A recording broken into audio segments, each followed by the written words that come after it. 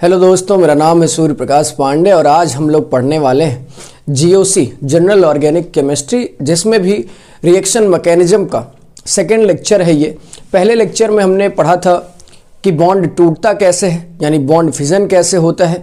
दूसरे पार्ट में उसी लेक्चर में हमने पढ़ा था कि रिएक्शन इंटरमीडिएट क्या होता है, जिसमें कार्ब कटायन, कार्ब एनायन और फ्री रेडिकल के बारे में हमने पढ़ाई किया था। अब जो टॉपिक है दोस्तों अगला, उसके बारे में हमें पढ़ना नाम है अटैकिंग रिएजेंट। अब रिएजेंट क्या होता है?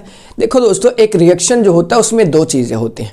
पहला होता है आपका सबस्ट्रेट और दूसरा होता है आपका रिएजेंट। पहला होता है सबस्ट्रेट और दूसरा होता है रिएजेंट। इन दोनों का जब मिक्सिंग होता है, जब इन दोनों का रिएक्शन होता है, तब जो बनता है उसको बोलते हैं प्रोडक्ट। फॉर एग्जाम्पल, जैसे मैं बोलूँ कि अगर मैं एग्जाम्पल ले रहा इसका, पहला एग्जाम्पल है ये कि इसको, ये है आपका रिएजेंट, जो अटैक करने आए उसको बोलते हैं रिएजेंट। क्या बोलेंगे दोस्तों? इसको रिएजेंट। और इसको बोलेंगे जिस पर अटैक हो रहा है उसको हम बोलते हैं सबस्ट्रेट। क्या बोलते हैं दोस्तों? सबस्ट्रेट। अच्छा, इन दोनों को मिला करके हम क्या बोलते हैं? इन दोनों को मिला करके हम बोलते हैं दोस्तों रिएक्टेंट। क्या बोलते हैं दोस्तों? रिएक्टेंट। अच्छा, इन दोनों के रिएक्शन से जो बनेगा, कुछ भी जो बनेगा उसको बोलेंगे क्या? प्रोडक्ट बोलेंगे। क्या बोलेंगे दोस्तों? प्रोडक्ट। ये बात फिर से कहता हूं, एक रिएक्शन जो होता है दोस्तों उसमें रिएक्टेंट होता है, रिएक्टेंट से बनता है प्रोडक्ट। लेकिन रिएक्टेंट में दो कंपोनेंट होता है, एक होता है सबस्ट्रेट और दूसरा होता है रिएजेंट। फॉर एग्जाम्पल, दूसरा एग्जाम्पल ले लेते हैं। अगर इसमें मैं बोलूं तो ये है आपका क्या? सबस्ट्रेट। ये क्या है दोस्तों? सबस्ट्रेट है आपका, ये है सबस्ट्रेट। और ये क्या है आपका? इसका नाम है रिएजेंट। क्या नाम है दोस्तों इसका? रिएजेंट। अच्छा, सबस्ट्रेट और रिएजेंट को मिला करके हम लोग क्या पढ़ते हैं? रिएक्टेंट पढ़ते हैं। क्या पढ़ते हैं दोस्तों? रिएक्टेंट पढ़ते हैं। ये बात समझ में आई होगी मुझे लगता है आपके। अब यही जो रिएजेंट है दोस्तों, इसको हम दो पार्ट में पढ़ते हैं। एक होता है रिएजेंट इलेक्ट्रोफाइल, एक होता है न्यूक्लियोफाइल। इलेक्ट्रोफाइल का मतलब इलेक्ट्रॉन लविंग और न्यूक्लियोफाइल का मतलब न्यूक्लियस या पॉजिटिव लविंग बोलते हैं। बारी बारी से इन्हें हमें पढ़ना है। पहले हम जो डिटेल में पढ़ेंगे उसी के बारे में मैंने लिखा है कि रिएजेंट और ऑफ टू टाइप्स, पहला इलेक्ट्रोफाइल और दूसरा क्या होगा? न्यूक्लियोफाइल होगा। ये बात समझ में आए? अब एक एक करके हमें इनके बारे में पढ़ना है और सबसे पहले हम पढ़ेंगे किसके बारे में? इलेक्ट्रोफाइल के बारे में। यहाँ आइए समझते हैं। इलेक्ट्रोफाइल, जैसे मैंने बोला दोस्तों कि इलेक्ट्रोफाइल इलेक्ट्रॉन लविंग स्पीसीज होता है। अगर इलेक्ट्रॉन लविंग है मतलब इसको इलेक्ट्रॉन चाहिए होगा ना। अगर इसको इलेक्ट्रॉन चाहिए, इसका मतलब इसके पास इलेक्ट्रॉन की कमी है। अरे भाई, हमें पैसा चाहिए तो क्यों चाहिए? क्योंकि हमारे पास पैसे की कमी है। वैसे ही अगर इलेक्ट्रॉन कोई लविंग है, यानी इलेक्ट्रॉन किसी को चाहिए, इसका मतलब उसके पास इलेक्ट्रॉन की क्या है? कमी है। यहां पर देखिएगा, इलेक्ट्रोफाइल का 3 डेफिनेशन में बताऊंगा, आपको वही चीजें याद रखनी है। पहला, जैसे मैंने लिखा है, species which accept a pair of electron. ऐसा कोई भी स्पीसीज जो एक पेयर इलेक्ट्रॉन को एक्सेप्ट करने की क्षमता रखता हो उसको हम बोलते हैं इलेक्ट्रोफाइल। एक पेयर का मतलब 2 इलेक्ट्रॉन। ऐसा कोई भी स्पीसीज जो 2 इलेक्ट्रॉन या एक पेयर इलेक्ट्रॉन एक्सेप्ट करने की क्षमता रखता है उसे हम बोलते हैं इलेक्ट्रोफाइल। ये बात समझ में आई होगी, उम्मीद करता हूं। दूसरे पॉइंट पर, it is an electron deficient species. Deficient का मतलब जिसके पास कमी हो। ऐसा कोई भी स्पीसीज जिसके पास इलेक्ट्रॉन की कमी हो उसको हम बोलते हैं इलेक्ट्रोफाइल।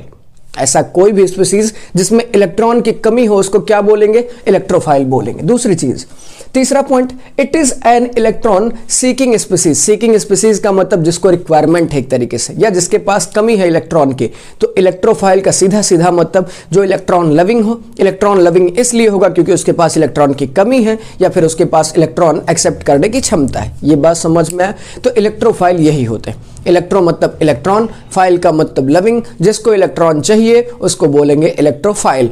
लेकिन इलेक्ट्रॉन कितना चाहिए? एक पेयर ऑफ इलेक्ट्रॉन चाहिए। ये बात समझ में आए? अब कुछ एग्जांपल समझ लेते हैं दोस्तों। हमें क्या करना है दोस्तों कि इलेक्ट्रोफाइल को मैंने 3 कैटेगरी में डिवाइड किया है। वही 3 कैटेगरी आपको याद भी रखना है ना? वही 3 कैटेगरी आपको याद रखना है। पहला, इलेक्ट्रोफाइल उसको बोलेंगे जिसके पास हैविंग वैकेंट ऑर्बिटल। ऐसा कोई भी स्पीसीज जिसके पास वैकेंट ऑर्बिटल हो, इलेक्ट्रॉन रखने के लिए स्पेस हो एक तरीके से। ये बात समझ में आई? फॉर एग्जाम्पल, जैसे मैं बोलूं H+, R+, X plus, X मतलब हेलोजन वाला, तो क्लोरीन प्लस ब्रोमीन प्लस ऐसा कोई भी हो सकता है। कार्बीन, इसका नाम क्या है दोस्तों, कार्बीन, और ये बहुत जगह आने वाला है आगे हमारे रिएक्शन में, ऑर्गेनिक केमिस्ट्री में कार्बीन बहुत जगह आने वाला है, इसीलिए इसको ध्यान में रखेंगे। दूसरा दोस्तों, अगर इसको अगर मैं बोलूं तो इसको बोलते हैं डाइक्लोरोकार्बीन। इसको क्या बोलते हैं, डाइक्लोरोकार्बीन।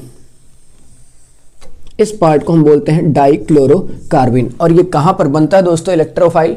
ये इलेक्ट्रोफाइल कहां पर बनता है, आपके रीमर-टीमन रिएक्शन में बनता है। आपके रीमर-टीमन रिएक्शन में ये बनता है आपका क्या, इलेक्ट्रोफाइल। ये बात याद रखना। दूसरा चीज, जितने भी दोस्तों मेटल जैसे 13 ग्रुप का है, AlCl3 aluminium chloride, ferric chloride, zinc chloride, phosphorus pentachloride, FeBr3, iron bromide, NO plus BH3। BH3 का नाम क्या है दोस्तों, बोरेन। क्या नाम है इसका, बोरेन। इसका इस्तेमाल हम लोग कहाँ करेंगे रिएक्शन में, जब हम लोग पढ़ेंगे इसको, तो इसका भी reaction Hofmann bromamide degradation synthesis में आएगा। ये हॉफमैन ब्रोमामाइड में इलेक्ट्रोफाइल की तरह काम करता है। तो इलेक्ट्रोफाइल ऐसा कोई भी स्पीसीज जिसमें वैकेंट ऑर्बिटल हो, ऐसा कोई भी स्पीसीज जिसमें वैकेंट ऑर्बिटल हो, उसको इलेक्ट्रोफाइल बोल सकते हैं। और ये भी देख सकते हैं आप, क्या कोई जरूरी है कि इस पे पॉजिटिव चार्ज हो तभी उसको इलेक्ट्रोफाइल बोलेंगे, नहीं। क्या आपको यहां कहीं पॉजिटिव चार्ज दिख रहा है, क्या इस पर दिख रहा है, लेकिन इन सब में पॉजिटिव चार्ज है क्या, इसका मतलब ऐसा कोई जरूरी नहीं कि जिस पे पॉजिटिव चार्ज दिख रहा है वही इलेक्ट्रोफाइल हो। तो सिंपल सा आपको डेफिनेशन याद रखना है, ऐसा कोई भी स्पीसीज जिसमें वैकेंट ऑर्बिटल हो, जो इलेक्ट्रॉन एक्सेप्ट करने की क्षमता रखता हो, उसको क्या बोलेंगे, इलेक्ट्रोफाइल बोलेंगे। ये बात समझ में आई। अब दूसरा पॉइंट पे चलते हैं, ये सारी चीजें नोट कर लीजिएगा, अभी और भी एग्जांपल आने बाकी हैं। ये है H plus, R plus, X plus, carbene, डाइक्लोरोकार्बीन, AlCl3, FeCl3, zinc chloride, PCl5, FeBr3, NO plus, BH3। ये सब के सब क्या है दोस्तों, इलेक्ट्रोफाइल हैं। इन सब के पास क्या है, वैकेंट ऑर्बिटल है। ये बात समझ में आई। अब चलते हैं दोस्तों, यहां पर बात कर लेते हैं कि इलेक्ट्रोफाइल दूसरे कैटेगरी में क्या आते हैं। इलेक्ट्रोफाइल, ऐसे इलेक्ट्रोफाइल या उन स्पीसीज को बोलेंगे हैविंग पोलर पाई बॉन्ड। अब आपको पूरी तरीके से पता होगा कि पोलर पाई बॉन्ड क्या है। पोलर का मतलब जहां पर क्या हो दोस्तों, dipole moment, net dipole moment zero ना हो। डाइपोल मोमेंट अगर यानी इलेक्ट्रोनेगेटिविटी में डिफरेंस अगर है किसी बॉन्ड में, दो एटम के बीच में जो बॉन्ड बना है, अगर उनके बीच में इलेक्ट्रोनेगेटिविटी का डिफरेंस कुछ है तो वो बॉन्ड पोलर होगा। और यहां पर पाई बॉन्ड होना चाहिए। कह रहा having polar pi bond. Electrophile उन स्पीसीज को बोलेंगे जिनके अंदर पोलर पाई बॉन्ड हो। For example formaldehyde, sulphur trioxide, acetone ले लिया, CH3COCH3, RCN ले लिया, SO3H ले लिया, कार्बन डाइऑक्साइड ले लिया, एसिटल्डिहाइड ले लिया, CH3CHO, RCOCl ले लिया, RCOCl लेंगे। क्यों? बस इसका सिंपल सा रीजन है कि इसमें पोलर पाई बॉन्ड पाया जा रहा है। पोलर पाई बॉन्ड क्या होता है दोस्तों, पहले ये समझ लेते हैं। अगर कहीं सिंगल बॉन्ड बना है तो वो हमेशा सिग्मा नेचर का होगा। एक से ज्यादा बॉन्ड कहीं एग्जिस्ट कर रहा है, अगर दो है तो उसमें एक सिग्मा एक पाई होगा। अगर तीन बॉन्ड बना है तो उसमें एक सिग्मा दो पाई बॉन्ड होगा। ये बात समझ में आई आपको। अब बात करते हैं दोस्तों पोलर क्या है। पोलर कहने का मतलब कोई भी बॉन्ड को तब हम पोलर बोलेंगे जब उसमें इलेक्ट्रोनेगेटिविटी डिफरेंस जीरो ना हो। मतलब ऐसे बॉन्ड को जिसमें ऐसे दो एटम के बीच में जिनमें बॉन्ड बना है उनके इलेक्ट्रोनेगेटिविटी का डिफरेंस जीरो ना हो तो वो बॉन्ड पोलर माना जाएगा। फॉर एग्जांपल जैसे हम ये समझ लेते हैं, फॉर्मल्डिहाइड का एग्जांपल जैसे मैंने लिया है, ये है आपका HCHO। ये बात समझ में आई। अगर हम समझते हैं दोस्तों इसमें, तो आप बताओ ऑक्सीजन की इलेक्ट्रोनेगेटिविटी कुछ और, नाइट्रोजन की इलेक्ट्रोनेगेटिविटी, कार्बन की इलेक्ट्रोनेगेटिविटी कुछ और, ये है कि नहीं। अगर मैं डेल्टा EN इनका लेता हूं तो ये जीरो आएगा क्या, नहीं आएगा। इसका मतलब ये जो बॉन्ड है इनका, ये कैसा नेचर का है, ये आपका पोलर है। कैसा है दोस्तों, पोलर। क्यों पोलर है? क्योंकि इसमें इलेक्ट्रोनेगेटिविटी डिफरेंस जीरो नहीं है। ये इलेक्ट्रोनेगेटिविटी अगर डिफरेंस जीरो होता दोस्तों तो ये नॉन पोलर बॉन्ड होता। अगर इनमें इलेक्ट्रोनेगेटिविटी डिफरेंस जीरो होता तो ये बॉन्ड नॉन पोलर नेचर का होता। क्योंकि इसमें इलेक्ट्रोनेगेटिविटी डिफरेंस जीरो नहीं है इसलिए ये बॉन्ड कैसा है, पोलर नेचर का है। और ऐसा कोई भी कंपाउंड जिसमें पोलर पाई बॉन्ड पाया जा रहा हो वो कैसा होता है दोस्तों, इलेक्ट्रोफाइल होता है। फॉर एग्जांपल जैसे मैंने आपको यहां पर बता दिया फॉर्मल्डिहाइड का। दूसरा एग्जांपल आप ले लो RCN का। RCN में कार्बन और नाइट्रोजन के बीच का जो पाई बॉन्ड है दोस्तों वो कैसा है, पाई पोलर नेचर का है। पोलर पोलर पाई बॉन्ड है। ये कैसा है दोस्तों? Polar pi bond. क्यों? फिर कार्बन नाइट्रोजन के बीच के इलेक्ट्रोनेगेटिविटी डिफरेंस क्या है? 0 नहीं है, इसलिए यहाँ पे इनके बीच में बना पाई बॉन्ड कैसा है दोस्तों? पोलर नेचर का है। ये बात समझ में आई होगी। इसके अलावा कार्बन डाइऑक्साइड का ले लेते हैं एग्जाम्पल दोस्तों। कार्बन डाइऑक्साइड में देखो भाई, ये फिर से वही बात, इन दोनों में इलेक्ट्रोनेगेटिविटी किसकी ज्यादा? इसकी ज्यादा, तो इस पर आएगा नेगेटिव, इस पर आएगा क्या? Partial positive. अगर जब तक बॉन्ड नहीं टूटता इसकी इलेक्ट्रोनेगेटिविटी ज्यादा है तो ये इलेक्ट्रॉन्स खींचेगा ना दोस्तों, तो इस पर आएगा पार्शियल पॉजिटिव, इस पर आएगा पार्शियल नेगेटिव और इस पर आएगा पार्शियल पॉजिटिव। अब समझते हैं, इनमें से जितने कंपाउंड हमने लिखे हैं सब में पोलर पाई बॉन्ड मौजूद है और ये इलेक्ट्रोफाइल इसीलिए काम कर रहे हैं। अगले कैटेगरी में चलते हैं दोस्तों। ऐसा कोई भी स्पीसीज जिसमें बढ़िया वाला लिविंग ग्रुप पाया जाए। लिविंग ग्रुप क्या होता है? ऐसा कोई भी कंपाउंड जो रिएक्शन में रिलीज हो जाता हो उसको बोलते हैं लिविंग ग्रुप। ये बात समझ में आए। अब लिविंग ग्रुप कंटेनिंग कंपाउंड मैंने 2 लिखा है, इसको आप याद रखिएगा। फॉर एग्जांपल जैसे मैंने इसको लिखा है OH2 क्या है? ये लिविंग ग्रुप होता है। अब यहां पर देखो, ये जो कार्बन है अब ये निकल के चला जाएगा तो इस पर आएगा इलेक्ट्रोफिलिक सेंटर। इस पर क्या आएगा? इलेक्ट्रोफिलिक सेंटर होगा। यहां पर अगर मैं बोलूं X है लिविंग ग्रुप, यहां पर OH2 है लिविंग ग्रुप, यहां पर X है लिविंग ग्रुप, मतलब ऐसा कोई भी कंपाउंड जिसमें लिविंग ग्रुप लगा हुआ हो वो कैसे काम कर सकता है? इलेक्ट्रोफाइल की तरह काम कर सकता है। ये बात समझ में आया। अब फॉर एग्जाम्पल अगर हम लेते हैं दोस्तों, और भी एग्जाम्पल हो सकते हैं। अदर एग्जाम्पल क्या है जो इलेक्ट्रोफाइल की तरह काम करते हैं? फॉर एग्जाम्पल है दोस्तों X2 का मतलब हेलोजन, Br2Cl2। क्या ये इलेक्ट्रोफाइल की तरह काम करेंगे? बिल्कुल करेंगे। दूसरा NH4+ अमोनियम आयन जो है ये भी क्या इलेक्ट्रोफाइल की तरह काम करेगा? बिल्कुल करेगा। क्या Ag+ काम करेगा? बिल्कुल करेगा। Hg+2 ये भी काम करेगा, ये भी काम करेगा, ये भी, ये सब इलेक्ट्रोफाइल की तरह है। क्या दोस्तों? PH का मतलब होता है दोस्तों फिनाइल या बेंजीन, यहां पर फिनाइल बोलेंगे। फिनाइल से जुड़ा N2+ इलेक्ट्रोफाइल की तरह काम करेगा? बिल्कुल करेगा। क्या PHNN+, इसको बोलते हैं एजो। नाइट्रोजन अगर डबल बॉन्डेड नाइट्रोजन से जुड़ा हो एक साथ तो उसको बोलते हैं एजो। यहां पर अगर मैं बोलूं तो ये क्या होगा? इलेक्ट्रोफाइल की तरह होगा? बिल्कुल होगा। और ये तब आएगा दोस्तों जब हम लोग पढ़ेंगे आपका चैप्टर नंबर ऑर्गेनिक केमिस्ट्री का सबसे लास्ट वाला अमाइन वाला कंपाउंड, उसमें आता है बेंजीन डाइजोनियम क्लोराइड या benzene diazonium diazo. Word nitrogen double bond nitrogen के लिए ही इस्तेमाल होता है। ये आगे आएगा जब हम लोग ये रिएक्शन पढ़ेंगे। लेकिन क्या दोस्तों सोडियम आयन और पोटेशियम आयन इलेक्ट्रोफाइल की तरह काम करेंगे? नहीं करेंगे। Sodium ion potassium ion electrophile की तरह काम नहीं करेंगे, जबकि Ag+ मरकरी+2 करेगा। आप देखेंगे रिएक्शन में इनका इस्तेमाल हम करेंगे, लेकिन कभी भी सोडियम आयन और पोटेशियम आयन का इस्तेमाल हम इलेक्ट्रोफाइल की तरह नहीं करते। ये इलेक्ट्रॉन रिच स्पीसीज ऑलरेडी होते हैं। ये क्यों इलेक्ट्रॉन गेन करना चाहेंगे? अगर आप देखो सोडियम के पास होता है 11 इलेक्ट्रॉन, 1 इलेक्ट्रॉन रिलीज कर चुका है, प्लस आया है, तभी इसके पास है 10 electron. Inert gas electronic configuration इसके पास, इसलिए ये इलेक्ट्रोफाइल की तरह काम नहीं करेगा। ये किसकी तरह काम कर रहा होगा? इनर्ट गैस की तरह। ये देखो पोटेशियम का होता है एटॉमिक नंबर 19, इलेक्ट्रॉन होगा 19, 1 इलेक्ट्रॉन प्लस लगा, 1 इलेक्ट्रॉन चला गया, मतलब 18 इलेक्ट्रॉन। 18 इलेक्ट्रॉन ऑर्गन का होता है दोस्तों। इनर्ट गैस जैसा बिहेव करेगा, इलेक्ट्रॉन एक्सेप्ट करने की जरूरत नहीं है इसको, इसलिए ये दोनों इलेक्ट्रोफाइल की तरह काम नहीं करने वाले। It is not a electrophile. ये इलेक्ट्रोफाइल की तरह काम नहीं करेंगे, ये बात याद रखना। ये बात समझ में आई। अब समराइज कर लेते हैं दोस्तों। हम कहे अटैकिंग रिएजेंट क्या होता है, तो हम सबसे पहले बोले कि इलेक्ट्रॉन, कोई भी रिएक्शन है दोस्तों, कोई भी अगर रिएक्शन है तो उसमें 2 पार्ट होता है। पहला होता है सबस्ट्रेट, दूसरा होता है रिएजेंट। अगर कोई भी रिएक्शन है तो उसमें 2 पार्ट होगा, पहला होगा रिएक्टेंट और दूसरा होगा पहला होगा सबस्ट्रेट। अगर कोई भी रिएक्शन है दोस्तों तो उसमें पहला पार्ट होगा सबस्ट्रेट और दूसरा होगा रिएजेंट। दोनों को एक साथ अगर बोलूं तो हम बोलते हैं रिएक्टेंट, और उससे जो बनता है उसको बोलते हैं product.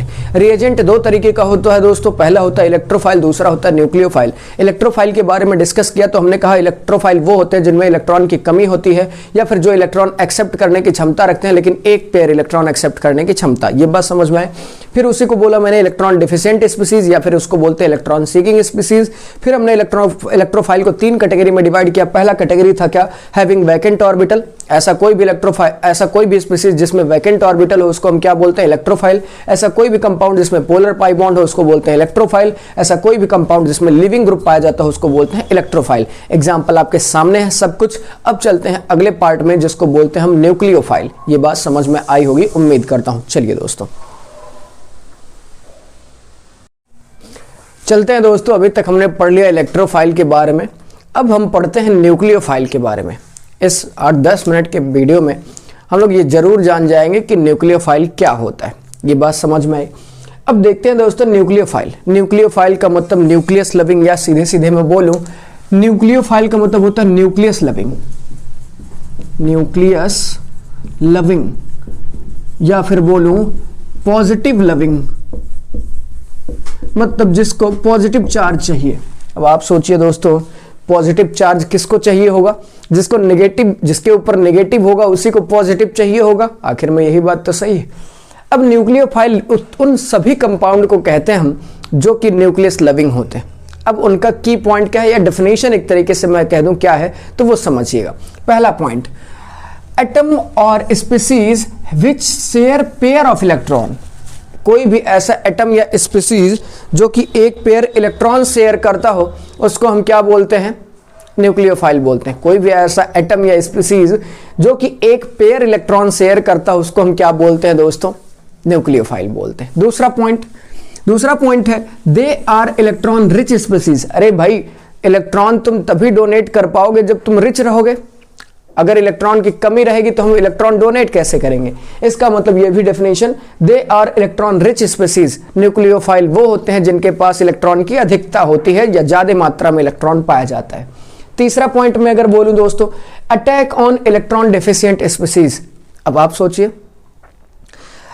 Attack on electron deficient centre. Nucleophile वो होते हैं न्यूक्लियोफाइल वहां अटैक करते हैं जहां पर इलेक्ट्रॉन की कमी होती है। इसका मतलब इसको पॉजिटिव चार्ज चाहिए तो ऐसे जगह अटैक करेगा जहां पर इलेक्ट्रॉन नहीं होगा। वही ये बोल रहा है कि इलेक्ट्रॉन डेफिशिएंट स्पीसीज पर अटैक करते हैं, या ये ऐसे सेंटर पर अटैक करते हैं दोस्तों जहां पर इलेक्ट्रॉन की क्या होती है, कमी होती है। जहां इलेक्ट्रॉन की कमी होगी वहां पर पॉजिटिव चार्ज ज्यादा होगा, और न्यूक्लियोफाइल को तो वही चाहिए, पॉजिटिव चार्ज ही तो चाहिए। ये बात समझ में आई। अब चलते हैं दोस्तों कुछ एग्जाम्पल। देखो, न्यूक्लियोफाइल को हमने 2 कैटेगरी में डिवाइड किया। जैसे हम इलेक्ट्रोफाइल को 3 कैटेगरी में डिवाइड किए थे, न्यूक्लियोफाइल को 2 कैटेगरी में डिवाइड किए हैं। और पहला कैटेगरी सबसे इंपॉर्टेंट, समझना कैसे। मैंने लिखा है कि न्यूक्लियोफाइल हम उनको बोलेंगे which share non bonding electron. Non bonding electron का मतलब ऐसा इलेक्ट्रॉन जो बॉन्ड में ना हो, जो बॉन्ड में ना हो, ऐसे इलेक्ट्रॉन को शेयर करे।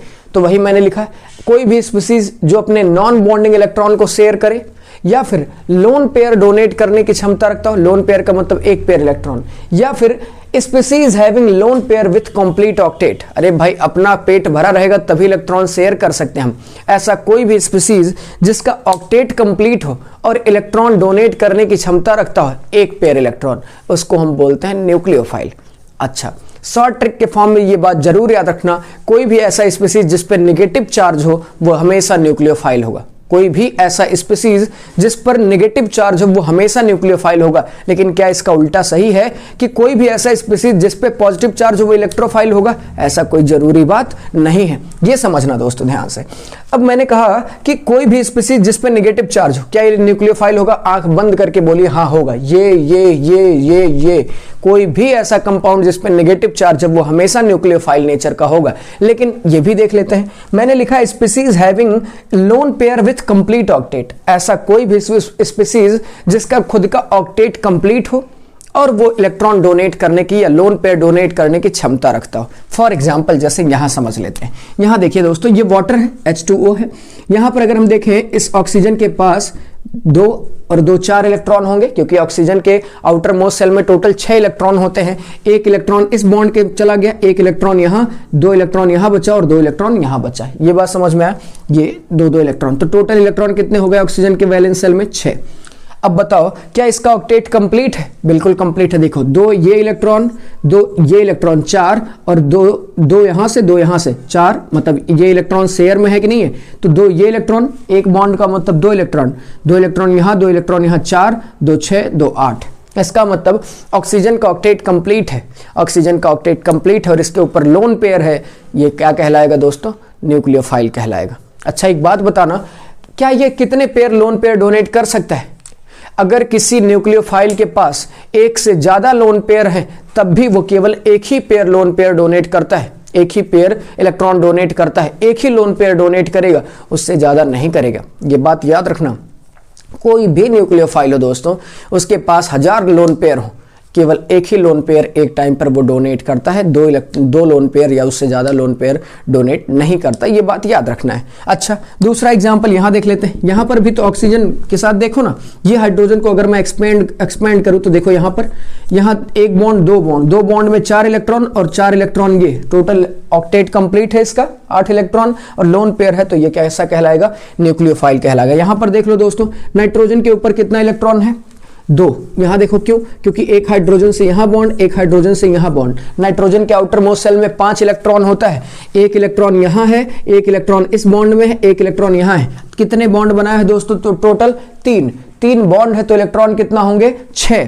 3 बॉन्ड, एक बॉन्ड में कितने इलेक्ट्रॉन? 2, तो 3 बॉन्ड में कितने इलेक्ट्रॉन? 6 इलेक्ट्रॉन बॉन्ड वाले हो गए और 2 इलेक्ट्रॉन ये फ्री वाला हो गया जो लोन पेयर के फॉर्म में। टोटल इलेक्ट्रॉन हो गए 8, ऑक्टेट कंप्लीट है, लोन पेयर है।